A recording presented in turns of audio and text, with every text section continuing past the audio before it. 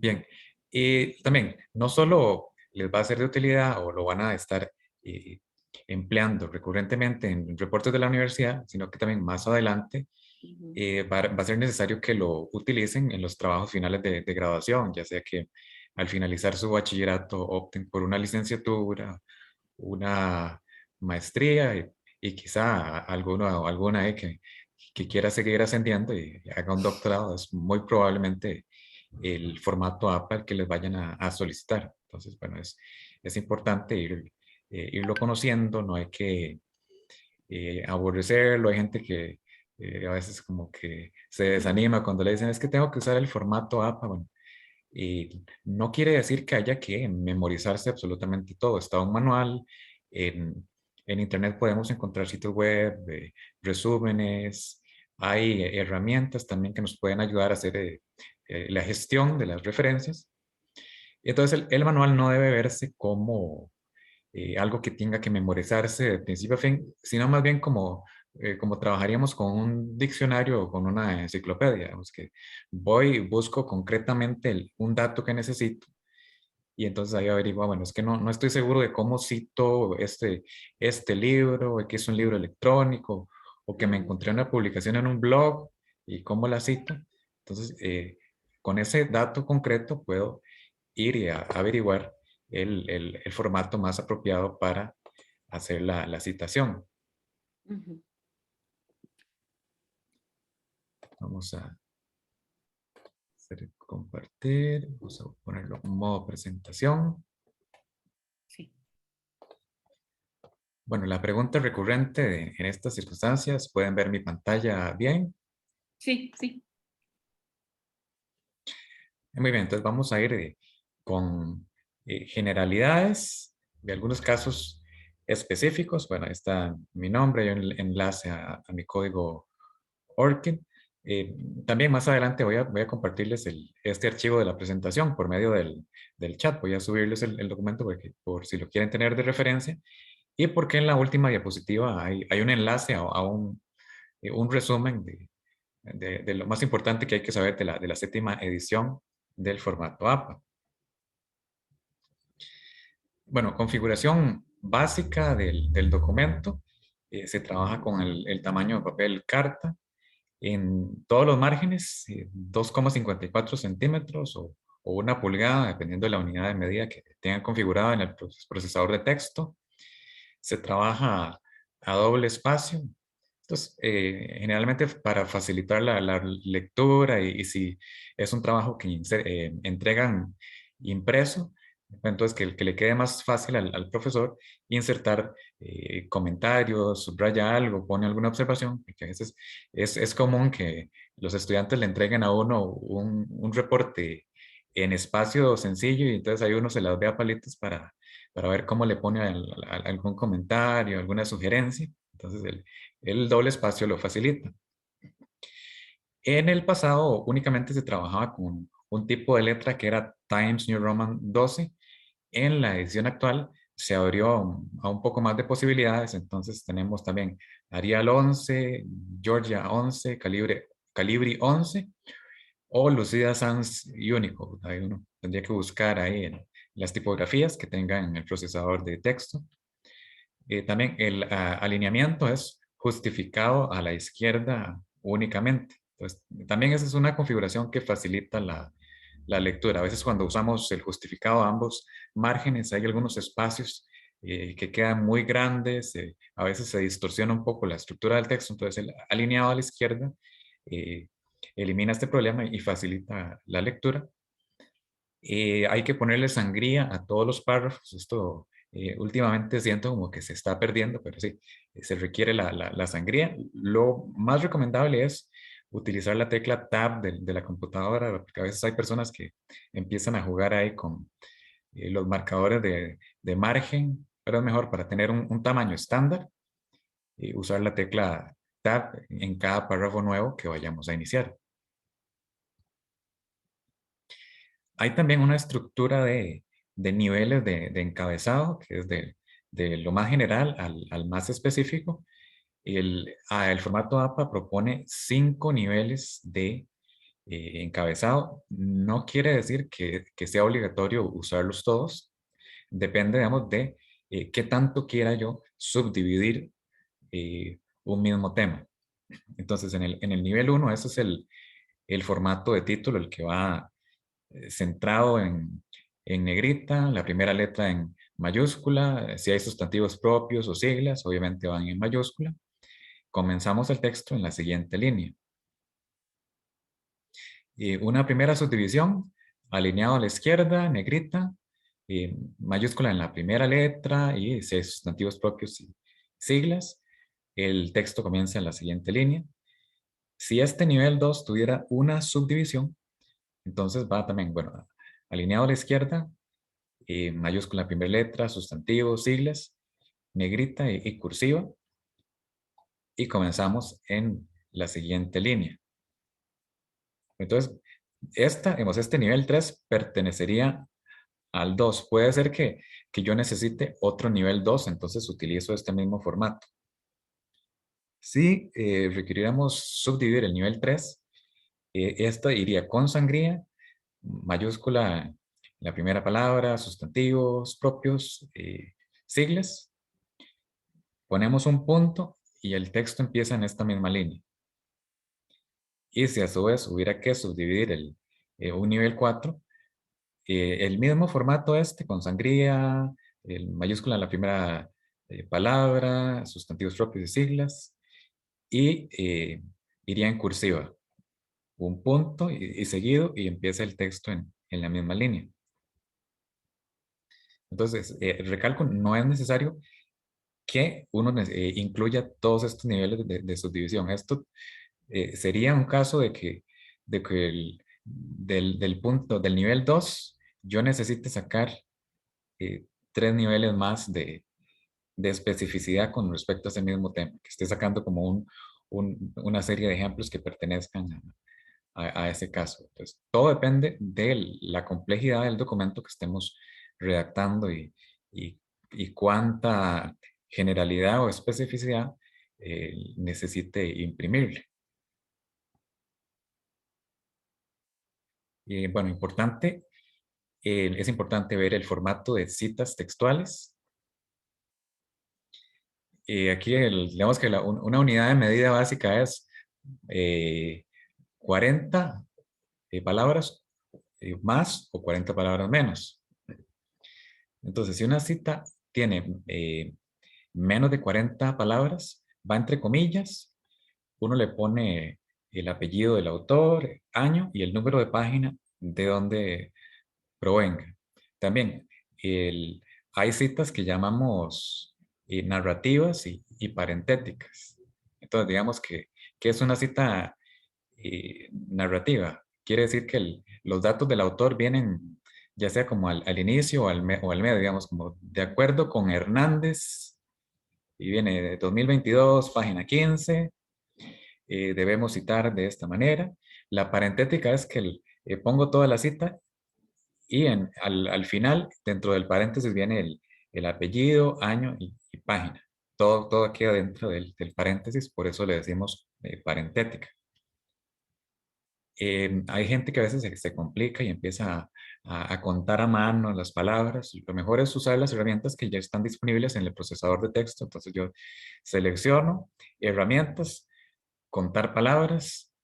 Si está por debajo de 40, entonces va comillas. Si está por encima de 40, entonces tiene que venir tabulada en un formato de bloque.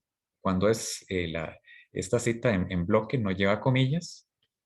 Ahí desde luego hay que poner el apellido del autor, el año, el número de página.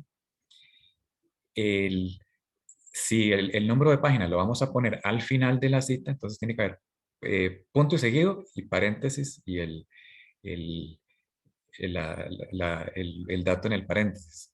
Ya sea que sea solo la página o el apellido, año y número de página. También puede ser el caso que sea una cita narrativa o parentética. Si es narrativa, entonces en la línea anterior se hace la introducción que según indica Rodríguez, 2015, página 3, y luego viene la cita en bloque. Entonces, El bloque lo podemos hacer con la misma tecla de Tab, entonces de que quede toda la cita tabulada hacia la derecha.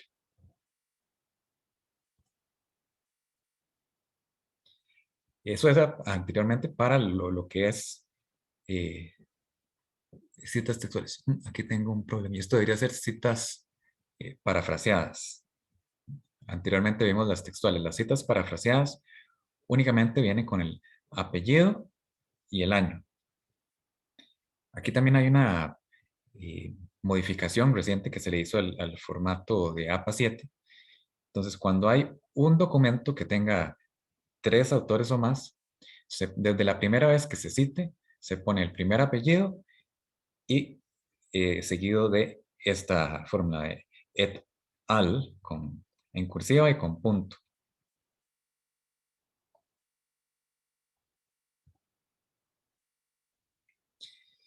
En el caso de el español, utilizamos la conjunción y no este símbolo ampersand, bueno, que también es una abreviatura que viene del latín de et. Y es común verlo en resúmenes que a veces ponen este símbolo, pero no es una conjunción que normalmente se utiliza en la lengua española. De hecho, la Real Academia recomienda que se emplee la I en su lugar.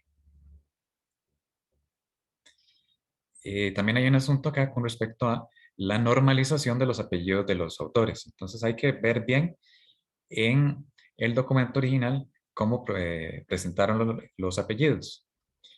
Si vienen separados los apellidos, entonces nada más citamos con respecto al primer apellido.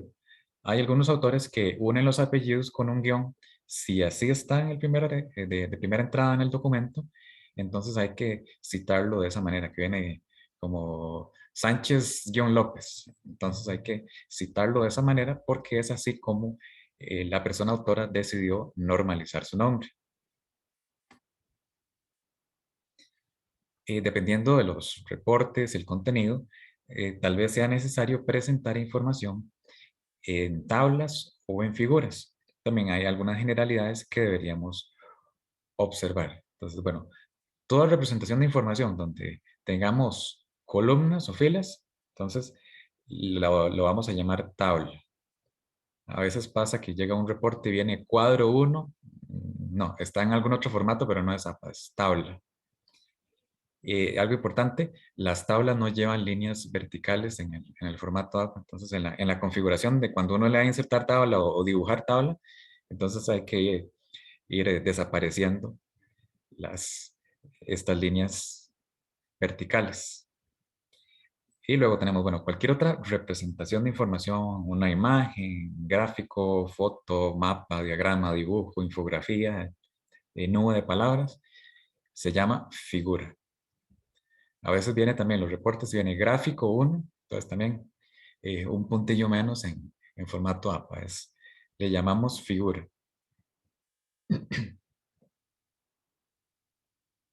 También, si vamos a insertar representaciones de información, es porque están desempeñando una función más allá de lo cosmético. Entonces nos ayudan a aclarar, a, a complementar, a representar de una manera más sencilla datos complejos. También no es la idea de que estén repitiendo algo que ya está escrito en el texto. Entonces viene tal vez una figura y es un gráfico, entonces viene 75-25. Y entonces empieza la persona a escribir, bueno, el 75% de las personas estaba de acuerdo y el 25% no. Pero bueno, eso está diciéndome exactamente lo mismo que yo puedo ver en la figura, entonces necesito tal vez un poquito de estilo. Entonces diría, bueno, como se puede apreciar en la figura 1, la mayoría de los encuestados estuvo de acuerdo. Entonces, la mayoría, bueno, tengo que ir a ver a la figura, a ver qué es la mayoría. Es el 75%, ¿no? No estar repitiendo en texto y en imagen la misma información, porque entonces no tendría propósito tener una figura o una tabla. Las tablas y figuras se enumeran independientemente. Entonces empiezo la tabla, la primera, entonces va a ser primera tabla, tabla 1, y ahí voy contando todas las tablas que tenga. Igual la primera figura, entonces figura 1, y de ahí todas las figuras que vayan a ser incluidas en el texto. También es importante cómo hacer referencia a tablas y figuras. Entonces, siempre cuando se estén describiendo en el texto, entonces con nombres y apellidos. Entonces, como se puede ver en la tabla 1, si notamos el incremento en la figura 3 y no poner algo como esto, como en la siguiente tabla podemos ver, y entonces, bueno, hay un poco de ambigüedad, bueno, ¿qué es la siguiente tabla? Puede ser que conforme yo vaya estructurando el documento, voy añadiendo más párrafos, más líneas y se va corriendo. Entonces, o que pone uno en la tabla de la siguiente página y empecé a hacer cambios en la introducción y entonces ya se movió una página y entonces el lector se va a perder. Entonces, siempre cuando se menciona en el texto, con nombres y apellidos, tabla 1, figura 3, etcétera. Bueno, sobre cómo se presentan las tablas y figuras. Entonces, en la primera línea ponemos en negrita, ya sea tabla o figura, y el número.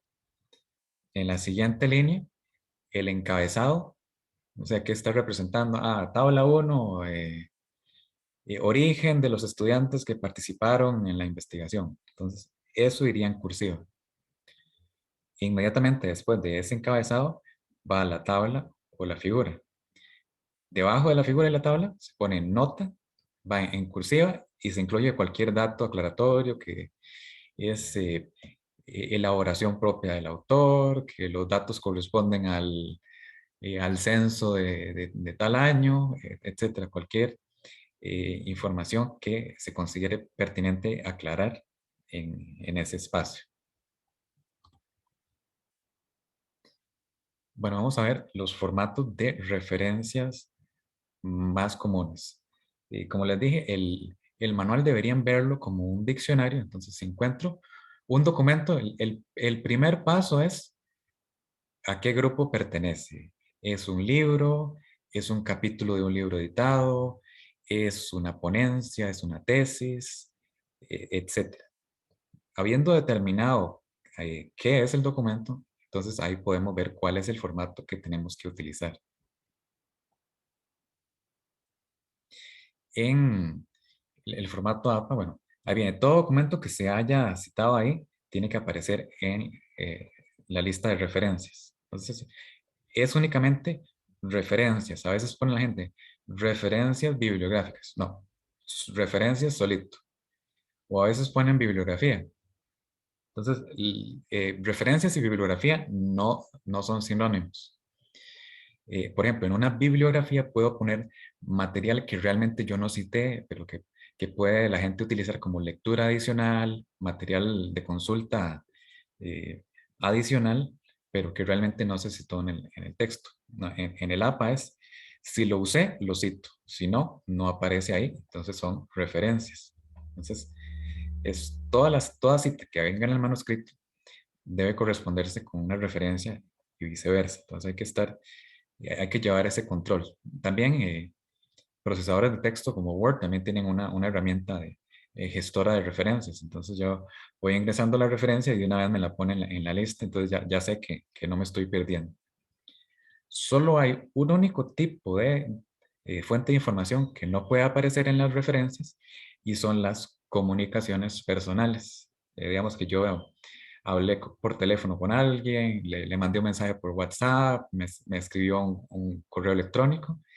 Yo puedo hacer una cita de eso, pero nada más pondría como el apellido, como decir, eh, bueno, inicial R. Rodríguez, comunicación personal del 15 de mayo de 2022.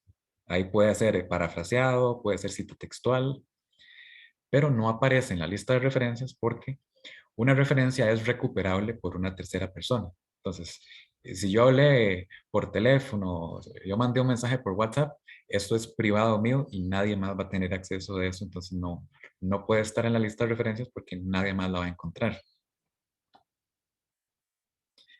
Las referencias usan sangría francesa.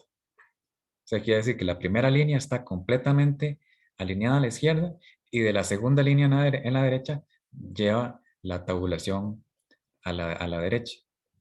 Entonces también a veces la gente se complica y empieza a jugar ahí con los marcadores de la tabulación, pero eso se hace con las herramientas en Word. Por ejemplo, voy a formato, párrafo, viene alineación, creo que el siguiente menú es especial y buscar sangría francesa. Entonces yo selecciono, aplico sangría francesa y ya me quedan ordenadas. Hay que seguir el orden alfabético. También hay que normalizar los títulos de documentos. A veces encontramos un artículo y viene todo en mayúscula y la gente copia y pega y pone todo en mayúscula. No, hay que normalizar a mayúsculas y minúsculas en caso de que venga la mayúscula continua. Hay documentos en que uno puede encontrar un montón de autores. Entonces, si tiene 20 o menos, hay que poner todos los apellidos e iniciales. Aquí entonces no aplica lo de poner et al. No, aquí si hay 20 o menos, hay que ponerlos todos. Y para unir el último apellido de un autor, usamos la E y no el símbolo ampersand, porque ese pertenece al inglés. Entonces, bueno, nuevamente, hay que consignar únicamente el primer apellido de cada persona, a menos de que en la fuente original los dos apellidos estén unidos por un guión. Para cada persona autora se debe poner únicamente la inicial o iniciales de su nombre. A veces a la gente se le olvida y entonces ponen Martínez, Ricardo. No, sería Martínez, R. Y ahora sí vamos a ver algunos de los tipos más comunes de referencias. Entonces, bueno, esto sería como los artículos científicos, ya los que son un poquito más antiguos, que no tienen DOI. ¿Qué es un DOI? Viene del inglés de identificador de objeto digital. Es como decir un número de matrícula internacional. Entonces, ese código no va a variar. El DOI permite que un artículo pueda estar en diferentes eh, sistemas de almacenamiento de información y va siempre a redireccionar al mismo documento, porque podría estar en una red social, que alguien lo subió, puede estar en un repositorio, y a veces la dirección de Internet varía mucho en esos casos, o que estaba en una página oficial, pero se actualizó y cambió toda la sintaxis de la dirección de Internet, pero el DOI es invariable. Pero bueno, si un artículo no lo tiene, usualmente uno lo va a encontrar en el margen superior o inferior de la primera página de un documento. Si no lo tiene es porque estaba muy viejo. Entonces, si es un artículo científico, vamos a apellido, la inicial o iniciales, año, el título, va el nombre de la revista en cursiva, una coma, el volumen va en cursiva, un número, las páginas y la dirección de internet de donde proviene. Si del todo no está en internet, entonces sí lo dejamos hasta el número de páginas, pero en la actualidad es difícil que algo ya no esté digitalizado.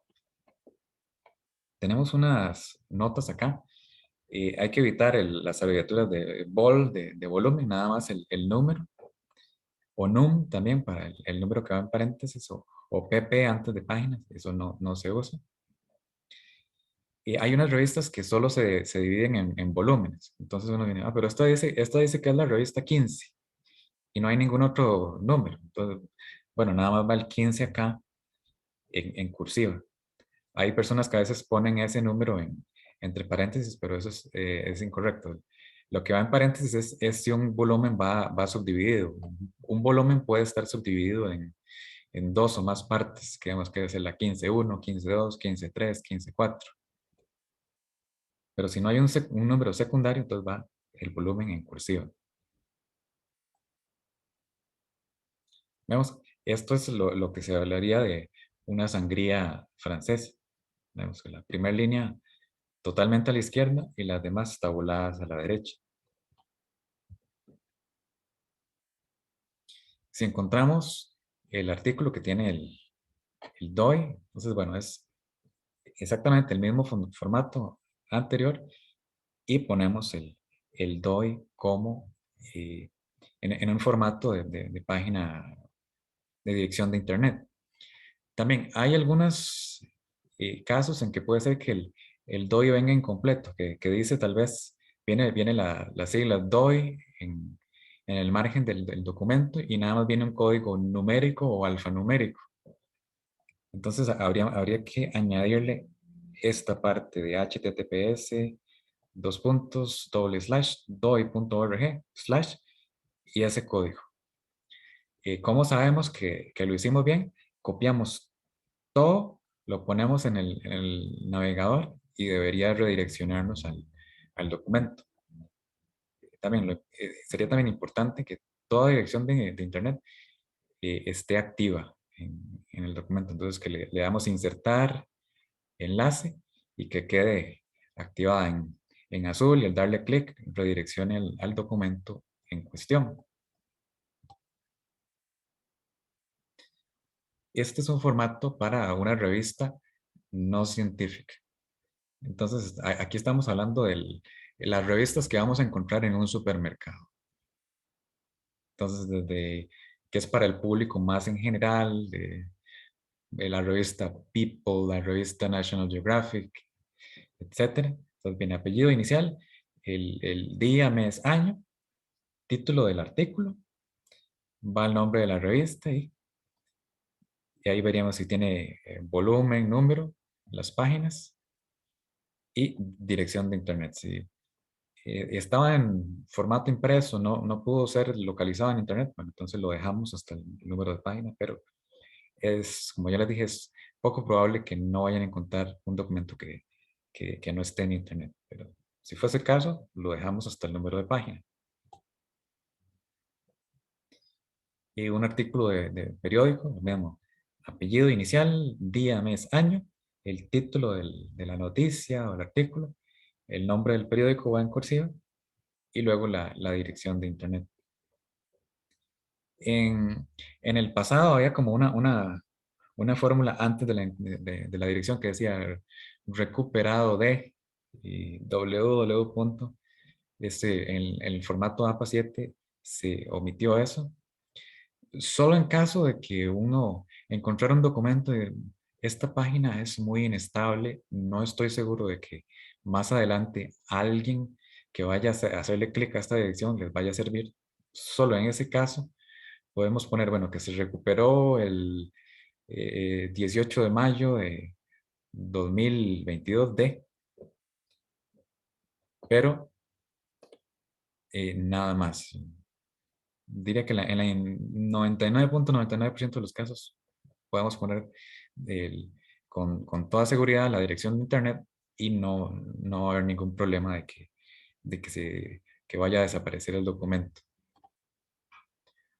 Y una publicación en un blog, también el formato usual, apellido, inicial, como decir, Campos M, como decir, María Campos, Campos M, día, mes, año, el título, el nombre del blog en cursiva, como decir, aprendamos pedagogía, se llama el blog y viene así, dirección de internet, como sea, aprendamos pedagogía.blogger.com o algo así.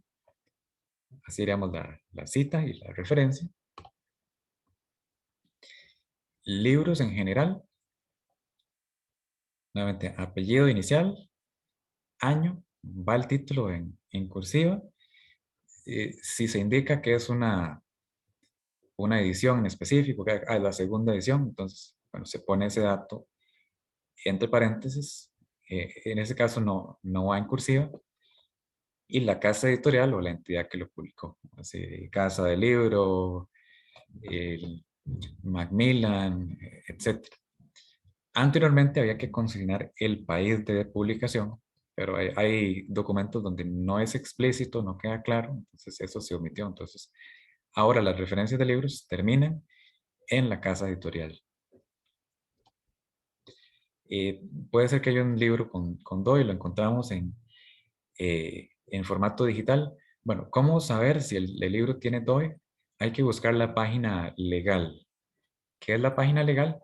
Está usualmente al principio y en unos pocos casos es casi que la última página. Entonces ahí vienen todos los datos de que se publicó en tal año, fue la editorial tal. Si tiene un DOI, va a venir indicado usualmente entonces con como una dirección de internet, con doi.org o viene la sigla DOI. Entonces terminamos esa referencia con ese enlace a internet. Si es una serie de volúmenes, entonces también apellido inicial, año, título en cursiva, y digamos que es el volumen 1, vamos, introducción a la pedagogía, volumen 1. Y viene, no sé, casa del maestro, y esa es la casa editorial. Este es el formato que más comúnmente falla la gente, es un capítulo de un libro editado. Entonces, bueno, ¿cómo saber qué es de un libro editado? Usualmente viene en la portada, viene el nombre de una persona, dice editor o editado por, y uno ve la tabla de contenidos o el índice, y cada capítulo del libro tiene un autor diferente. Entonces, en ese caso, va apellido inicial, el año de publicación, el título del capítulo va en letra normal, luego punto y seguido vamos en, como decir, que el artículo se llama, el editor es Joaquín Rodríguez, entonces viene J. Rodríguez, viene entre paréntesis ed de editor, coma, el título del libro va en cursiva y las páginas que corresponden al capítulo, bueno, que viene de la 25 a la 36, entonces pp.25-36 y la casa editorial o la entidad que lo publicó. Y ponencias, que buscando en internet me encontré la memoria de un congreso, un simposio, entonces va apellido, inicial, año, el título de la ponencia va en cursiva, usamos paréntesis cuadrados, le ponemos presentación de ponencia, punto y seguido el nombre del evento y el lugar donde se celebró. Tan completo como nos sea posible según los datos que nos da la memoria. A veces, por malas prácticas de normalización de la información, a veces las memorias no tienen tan claro esos datos de la fecha, de dónde se llevó a cabo el evento. Hay que empezar a buscar un poco ahí, ¿verdad? De dónde salió ese documento. Tenemos el caso de una tesis. Y bueno, aquí cuando hablamos de no publicadas, quiere decir que yo fui a la biblioteca y en un anaquel empolvado encontré una tesis y la leí y saqué copias de lo que ocupaba y la estoy citando. Entonces, ese sería el formato de tesis no publicada. Entonces, apellido inicial, año, el título de la tesis en cursiva. Dentro de paréntesis cuadrados ponemos tesis de maestría no publicada, tesis de licenciatura no publicada, disertación doctoral no publicada y punto y seguido universidad. ¿A qué universidad corresponde? Pero ahora lo más común es que las universidades pongan las tesis de sus estudiantes a disposición de todo el mundo en repositorios. Entonces hay un formato un poquito diferente. Nuevamente, apellido inicial, el año, título de la tesis en cursiva, viene entre paréntesis cuadrados, tesis de maestría, tesis de licenciatura, disertación doctoral, coma, la universidad, cerramos el paréntesis cuadrado, punto y seguido, el nombre de la base de datos, por ejemplo, repositorio institucional de la Universidad Nacional, y punto y seguido, la dirección de internet a la que corresponde el documento. Tenemos documentos de página web en general, el apellido inicial, día, mes, año. A veces esto varía, puede ser que solo venga el año, un mes y el año, entonces lo que nos permita la página web. El título del documento va en cursiva, nombre del sitio web, y la dirección de internet de donde se obtuvo el documento. Y tenemos este otro caso que en la medida de lo posible deberíamos evitarlo, que sin una fecha identificable, apellido inicial, ponemos este SF de sin fecha, título del documento en cursiva, nombre del sitio web y la dirección de internet. A veces las personas ponen sin fecha porque tal vez no revisaron suficientemente bien la página. Había que ir tal vez hasta el puro final y ver ahí, bueno, ahí viene el año. O a veces en la misma dirección de internet dice, bueno, sí, decía 2015. Entonces de ahí obtenemos el año. Pero en la medida de lo posible tratemos de no usar documentos sin fecha, entonces no hay una referencia clara. Y peor aún, si tal vez encontramos un documento y no tiene autor, entonces nadie se está haciendo responsable de la información, entonces eso teníamos que tratarlo con mucho cuidado. Entonces, que cualquiera puede publicar algo en internet y no por eso es correcto. Esta es la referencia al manual actual de la 7ª edición del formato APA.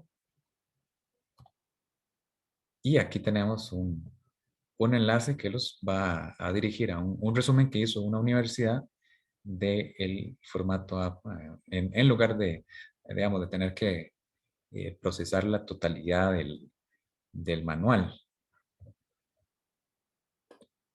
Ahora tal vez podríamos hacer un espacio de consultas. Como les digo, voy a ponerles acá el documento de la presentación en el chat por si lo quieren tener de consulta.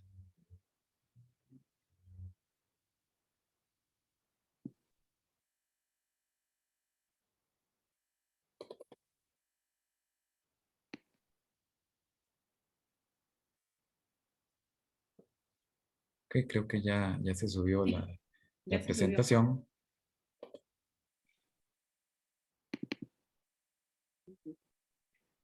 Sí, ahí ya se subió, perfecto. Sí.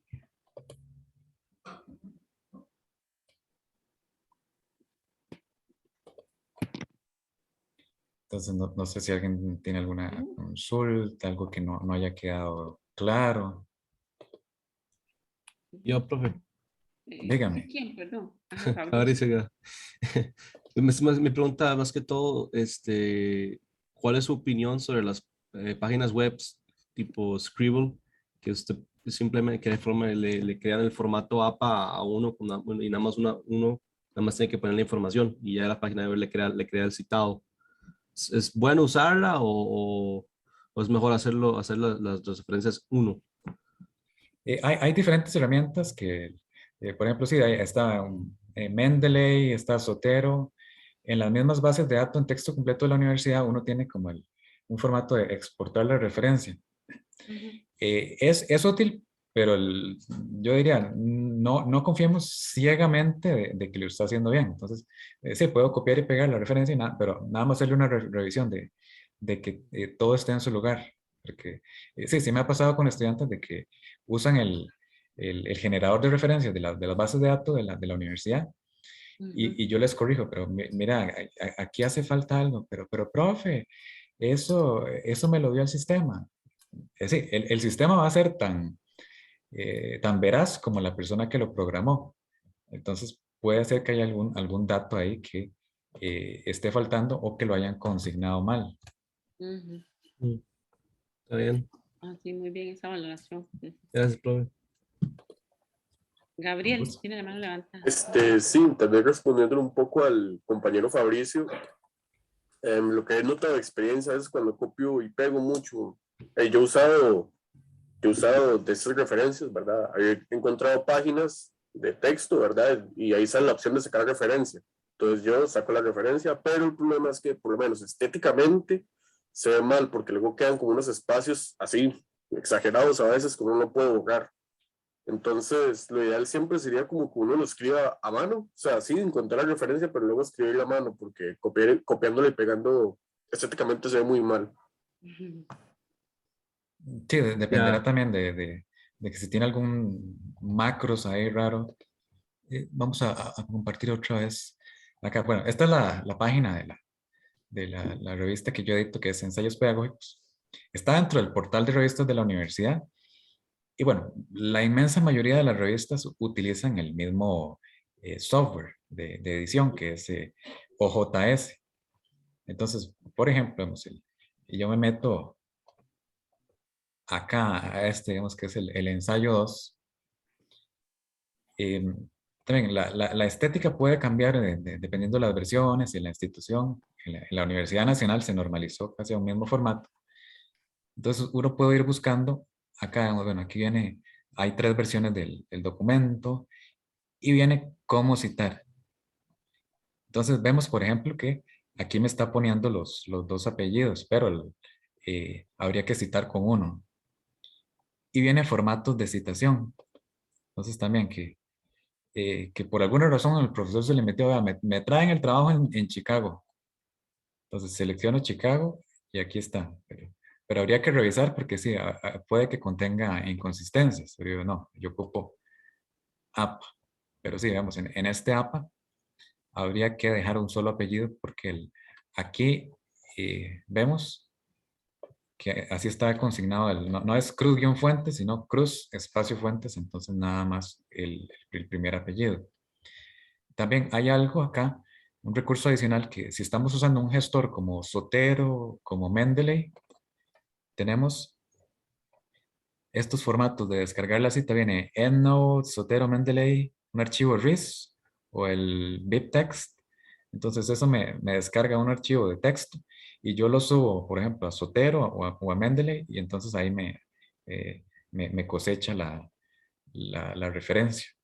Pero entonces sí, siempre con una dosis saludable de escepticismo, de que ya sea por una cuestión del sistema o una imprecisión del que llenó el formulario, podría contener inconsistencias. Entonces hay que editarle en caso de ser necesario.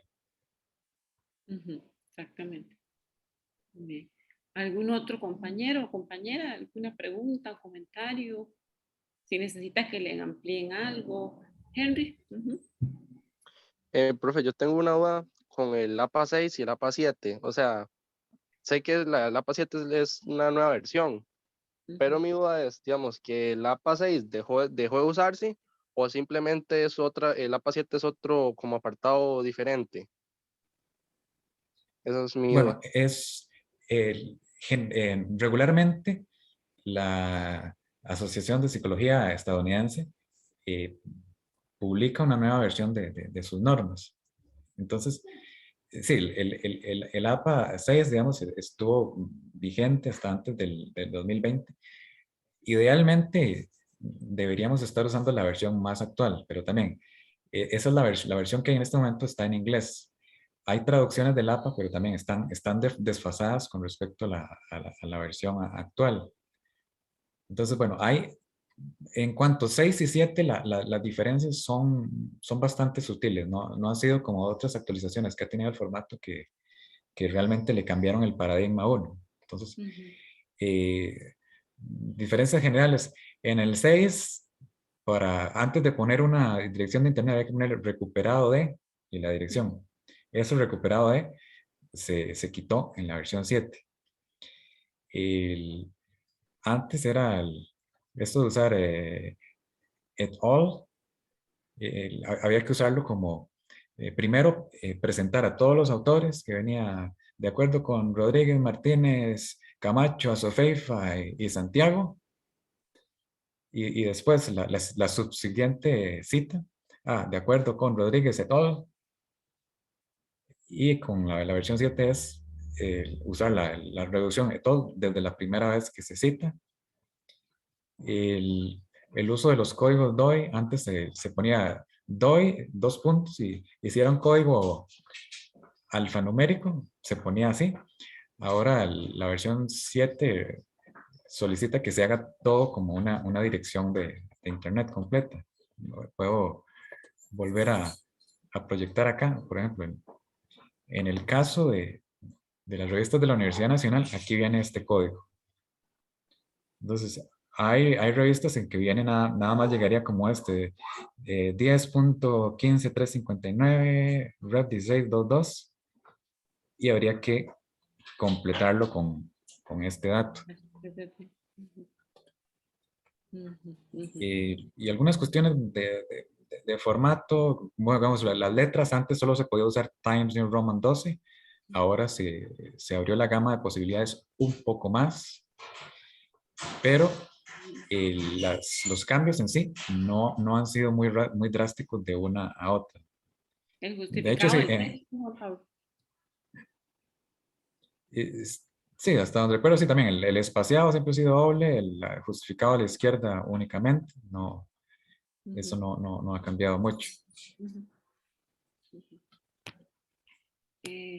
Jordi, después Gabriel. Muchas gracias por la aclaración.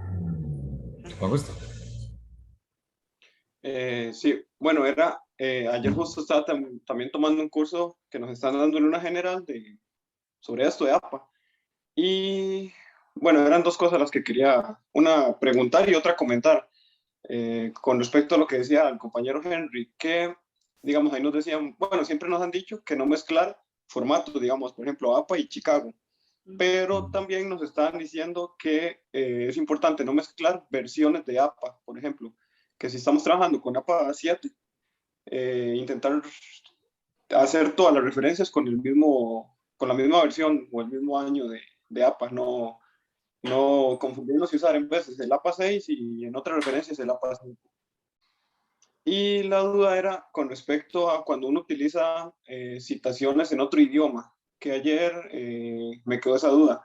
Digamos, porque ahí viene que hay que poner el texto en el idioma original y luego corrido hay que ponerlo en paréntesis cuadrados con la traducción. ¿Esa traducción es propia de uno o sería mejor utilizar una traducción de alguna, digamos, de algún traductor de internet o algo así? Ok, sí, en el caso sí, de documentos en otro idioma, sí. Si es textual, hay que poner la versión que proviene de la fuente original y sí, una traducción entre paréntesis cuadrados. La traducción la puede hacer uno, ¿no? Sí. Si uno, digamos, no es tan conocedor de ese idioma, sí, puede intentar usar un traductor, pero yo le caería encima a la versión que me haga, digamos, como Google Traductor, que a veces es muy mecánica y hay que hacerle un poquito de ajuste para que suene normal en español. Entonces, no solo y a la hora de una cita, también una referencia, digamos que el título del documento está en inglés, entonces inmediatamente después yo puedo poner una traducción mía, traduzco el título al español para que quede más claro por aquello de que alguien está leyendo, no es muy conocedor del inglés. Bueno, al menos tengo una idea general de lo que trata el documento. Pero sí, puede ser una traducción propia. En el caso de software de traducción, yo revisaría, o sea, yo leería, a ver, siento que suena natural, porque a veces podría ser que sí, digamos, esta palabra suena extraña acá, entonces habría que hacerle algún ajuste. Está bien, muchas gracias. Gracias. Con gusto. Sigue Gustavo. Gabriel no seguía. Gabriel, Gustavo y Betsy. Gabriel. No, es que ya resolví la duda. Muchas gracias. Ok, Más bien. bueno. Entonces, Gustavo y Betsy. Sí, bueno, mi pregunta es, digamos, en APA 7, usted decía, ¿verdad? Que el interlineado se pide doble, pero digamos, a veces los trabajos se lo piden en 1.5, entonces, ahí, ¿qué hace uno mejor? Seguir lo que le dice el profesor, mejor. Sí, en ese caso podría haber alguna decisión del profesor. Por ejemplo, también el formato APA tiene una estructura de portada del trabajo. Yo no la incluí en esta presentación porque a veces es como decir ese dicho que queremos ser más papistas que el Papa.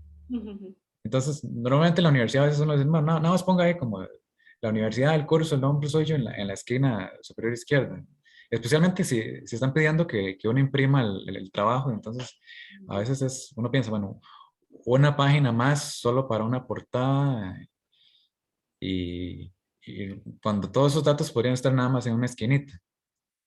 Entonces, sí, si por alguna razón pidió, bueno, sí, espacio y medio, lo hacemos con esa solicitud del profesor.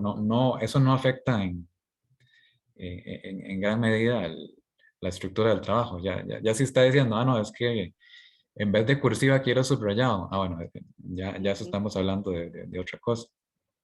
Ujú. Ok, gracias. Con gusto. Betsy. Bueno, mi duda sería sobre al momento de poner PP, cuando uno pone el número de páginas, es que no entendí muy bien si es que se utiliza en ciertas ocasiones o es que la manera en la que se utiliza está mal y el PP se omite. ¿Cómo sería? Eh, una única ocasión, cuando esté citando un capítulo de un libro editado. Para todos los demás casos, que es un artículo científico, nada más los números, de 15 a 34. Y El, ya en el las demás P- ocasiones, bueno, estamos hablando de referencia o de citación. en referencias. Sí, en referencia, si es artículos científicos, no se usa, es solo en un capítulo de un libro editado que sí se pone la abreviatura PP. Ujú. Y si es, digamos, en otras, sería como solo poner el número de páginas sin poner PP. Sí, nada más los números. O si fuera una cita, sí, obviamente en la cita sí hay que ponerle que de acuerdo con Hernández 2015, P.15, o si es más de una página PP de 15 16, solo en esos casos de una citación o de una referencia de un capítulo editado. Ujú. Ah, ok, gracias. Con gusto. Ok. ¿Algún otro compañero o compañera? Yo creo que esto es también, ¿verdad, Juan Pablo? Mucha práctica, ¿verdad? Es estar uno ahí, ¿cómo se llama? Viendo, elaborando, consultando, ¿verdad? En muchos momentos esas referencias como tal. Mm. O vamos, hay casos, ves, que me encontré una página de internet y sí, es de un sitio confiable, me parece útil la información, pero no hay página. Y yo ocupo una cita textual de esa página web. Entonces, ahí hacemos conteo de párrafos. Y le ponemos una abreviatura de párrafo. Entonces, estamos de acuerdo con López, 2016, párrafo 2, es que viene el párrafo 2 y ahí se hace la cita. Ah, ok. Bien, ¿algún otro compañero o compañera? Bueno, realmente muy provechoso, Juan Pablo, sobre todo porque a partir, digamos, de la parte más, digamos, cuestiones más teóricas, pues esta parte ahí, cuando nos ponían los ejemplos, pues nos ayudaba bastante, ¿verdad? Para poder identificar esos pequeños detalles y esa comparación que el compañero señalaba del APA 6 y el APA 7, ¿verdad? Que es importante, no hay unos grandes cambios, pero sí, como decía también Jordi, casarnos ya sea con el 7 o con el 6, ¿verdad? Pero utilizar el que realmente nos estén solicitando y conocerlo de forma adecuada en ese campo. De verdad que Sí, sí. de hecho hay tareas pendientes en el CIDE porque la guía para trabajos finales de graduación tiene que ser actualizada porque todavía está con el APA Con el 6, 6, entonces sí. Ujú, sí hay que sí, volverlo a revisar y actualizarlo. exactamente, sí. Jordi tiene la mano levantada. Sí, era para consultar porque, bueno, por lo menos a mí no me llegó el documento al chat, entonces no sé Está en el, en dónde el lo... chat de aquí, de Jordi, de ahora, de la Sí, clase. ¿No? sí, pero no me sale, no aparece. Ah, qué Digamos, raro. aparece lo que escribieron los compañeros, pero Sí, no veo el a mí, documento. a mí también me pasa lo mismo. Ah, Ok, pero si no, bueno, a mí sí me llegó. Lo que puedo Vamos a hacer ver. es que yo se los Puedo volver paso. a subir a ver si en este momento estoy Ok, subiéndolo.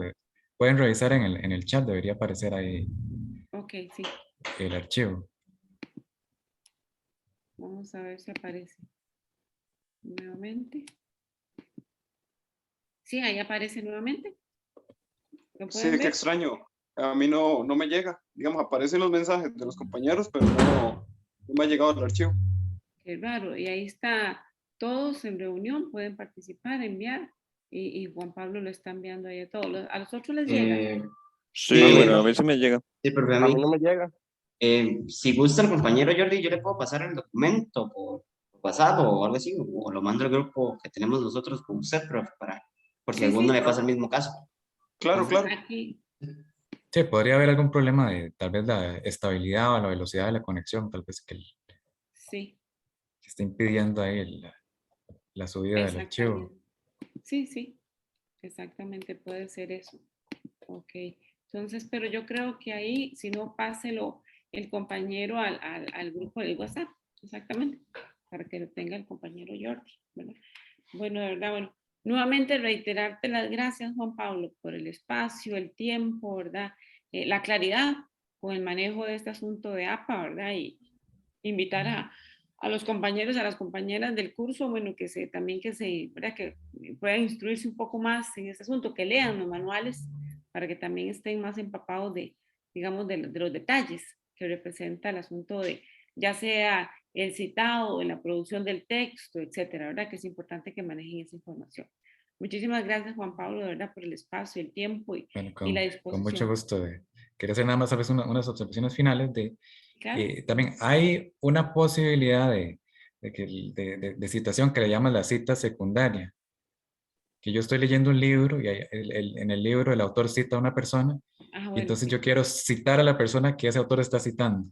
Ajá. Entonces sí, se puede que de acuerdo con Martínez, según se cita en Hernández, pero eso está permitido. Yo les sugeriría que en la medida de lo posible siempre vayan a buscar la fuente primaria de información, porque a veces en ese tipo de citas se puede prestar como para un teléfono chocho de que este dijo y el otro dijo, y puede ser que la cita esté tomada fuera de contexto para decir algo conveniente. Ah, Entonces, que está diciendo algo negativo y más adelante dice, bueno, y tenemos que evitar que esto suceda, pero entonces nada más él se quedó con la idea negativa y la descontextualizó y entonces hace que el autor esté diciendo algo que nunca quiso nunca dijo. decir. Entonces, en la medida de Sí. lo posible, yo a mis estudiantes les digo, cita secundaria, por favor, no. Entonces, si no lo tiene en sus manos, mejor no lo cite porque uno no sabe si ha sido sujeto de algún tipo de manipulación. Sí, claro. También con respecto al manejo de la información que es citada, aquí les tengo, bueno, una herramienta a la que tenemos acceso los docentes. Está integrada en aula virtual y también se puede usar de manera nativa, que es Turnitin, Ajá. que es una herramienta para identificar similitudes entre documentos. Erróneamente se le llama un detector de plagio, pero busca similitudes. Hay similitudes legítimas, como una cita, que yo vengo entre comillas, y viene así el autor, el año, la página, entonces es totalmente legítimo. Lo ilegítimo es que yo agarro y copio y pego indiscriminadamente y lo presento como algo original. Ujú. Entonces, aquí tenemos dos casos de trabajos de estudiantes. Entonces, por ejemplo, yo me meto, vamos a ver si me meto a este trabajo de estudiante. La herramienta me va a marcar. Bueno, aquí hemos omitido los datos del estudiante porque eso no nos interesa, no tenemos por qué poner en evidencia a nadie porque nos puede pasar a cualquiera le puede suceder esto. Y vemos cómo nos resalta. Si yo le hago clic sobre este texto resaltado, aquí a la derecha me pone el mismo texto. Si yo ingreso a esta página, me va a tirar al documento y voy a encontrar que esto mismo está ahí y entonces es una coincidencia injustificable, o sea, es plagio. Y vemos que el sistema también no es perfecto y genera falsos positivos. Si hay una frasecilla, eso no es un problema. Pero cuando yo empiezo a ver que es de corrido, vemos que esto está de corrido, y le hago clic y viene todo esto, lo agarraron y se lo están robando a alguien. Vemos también acá, sí se consignó un documento y un año, pero no es paráfrasis. Esto es textual. Entonces, tampoco los ponen en una zona segura. Si no están las comillas, también hay problema. Y vemos, bueno, continúa y continúa y todo el texto está resaltado porque aquí hubo un problema muy grande de ética y de manejo de información no original. Vemos por acá, este es todo un párrafo.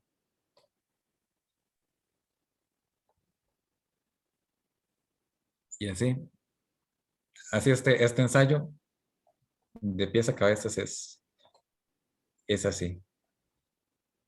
Esto sucedió con unos estudiantes que me contactó una profesora de una escuela normal de México. Me dice, bueno, yo quiero que los estudiantes tengan esta oportunidad y que aprendan. Me mandó todo un grupo de bachillerato, todo el grupo tenía plagio. Y luego me dicen, no, es que todavía están aprendiendo. Voy a mandarles ahora a los de licenciatura. Y la misma historia. Entonces, necesitamos trabajar en una cultura de integridad académica, de tener práctica, ver cómo se cita, pero sí, lamentablemente no podemos trabajar con ninguno de esos documentos porque ninguno de esos está bien. Exacto. Tenemos creo que un par de preguntas por ahí. Yarlan tiene la mano levantada. No, que yo tenía una consulta respecto a lo de digamos que el consultor de fuentes, algo así creo que lo llamó Juan Pablo, que si, es que yo presenté un trabajo y más o menos sí tuvo algo parecido de porcentaje en cuanto a ese trabajo que usted acaba de presentar, pero de ahí, es que era de un libro, era como un resumen creo, pero o sea, ¿cómo me refiero? O sea, no es que estaba robando la idea porque de igual forma yo cité y demás, pero sí, tal vez no fue la forma más indicada de parafrasearlo, digamos. Entonces, por eso fui ese porcentaje. Entonces, no sé qué podría hacer en este caso, digamos.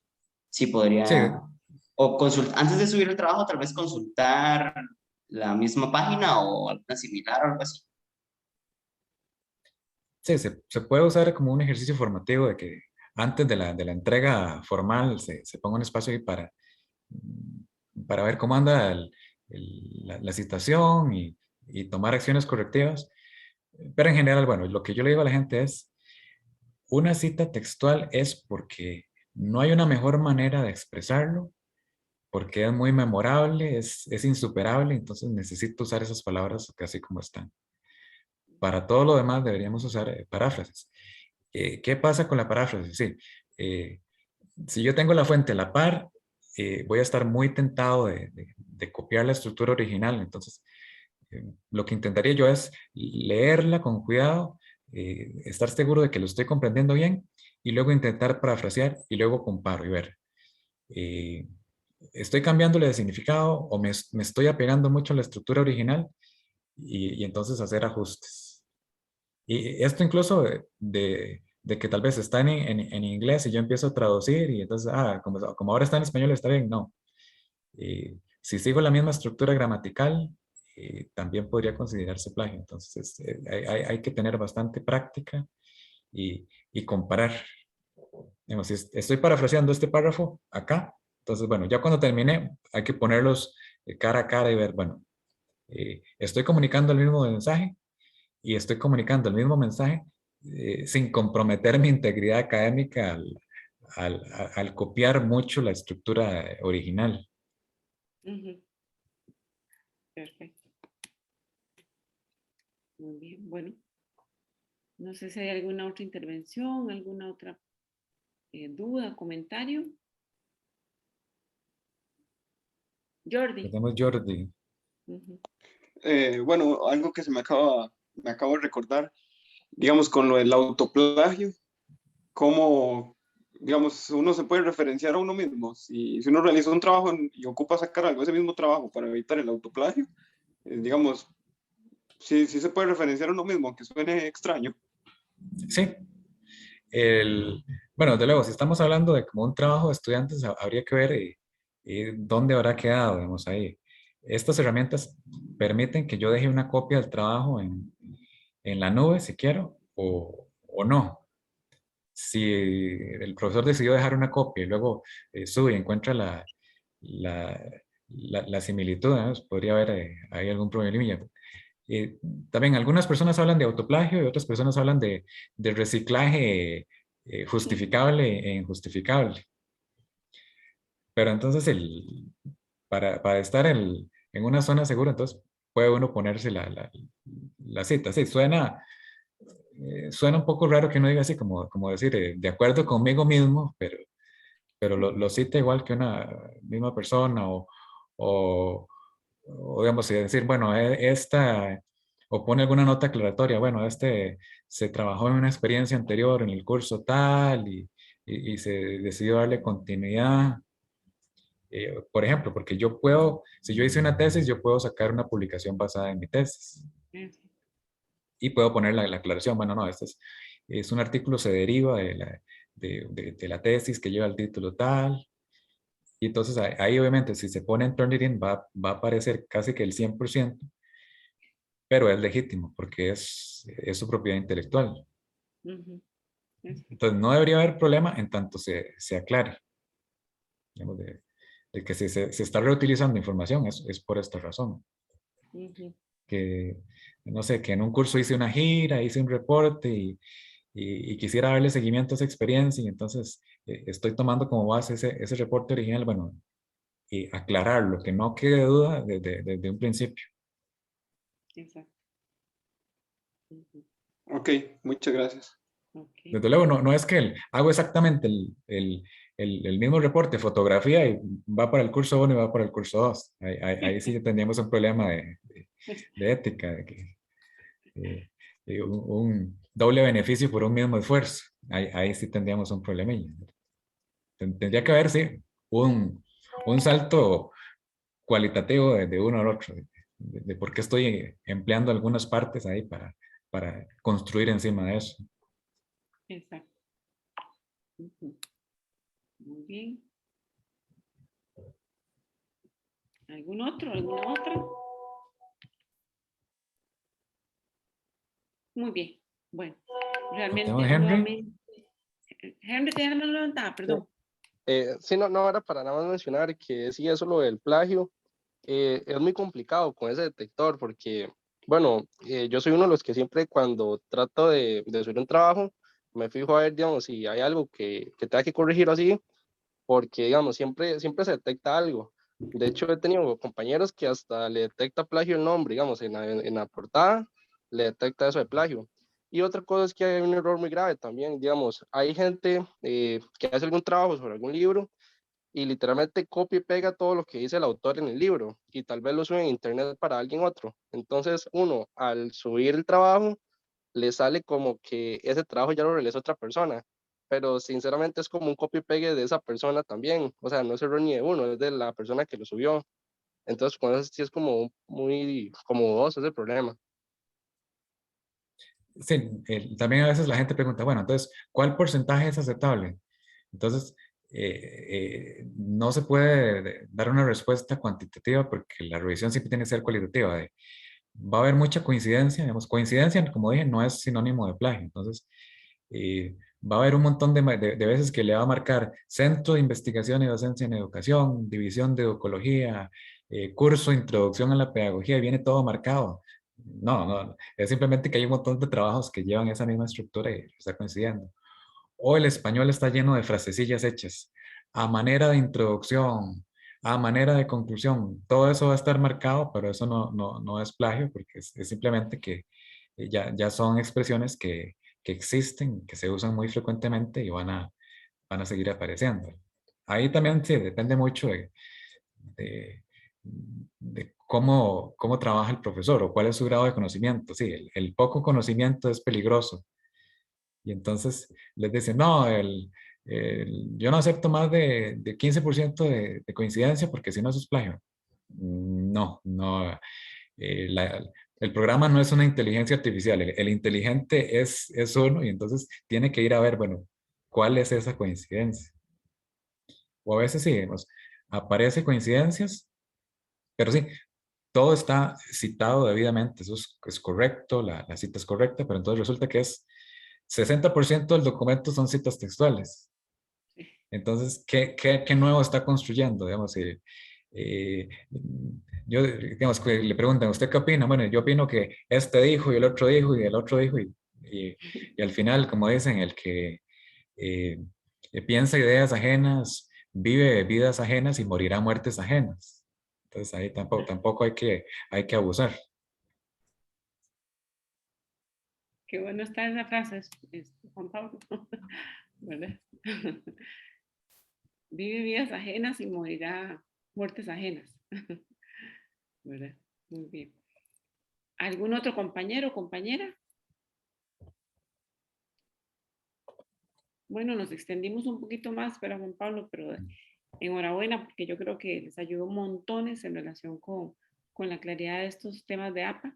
De verdad que sí, muchísimas gracias nuevamente por el espacio, el tiempo, la disposición, ¿verdad? El compartir con ellos y ellas esta experiencia de APA. Son estudiantes, ya les decía, de nuevo ingreso, entonces también es importante que se vayan familiarizando, ¿verdad? Con estas exigencias a nivel de producción, en este caso.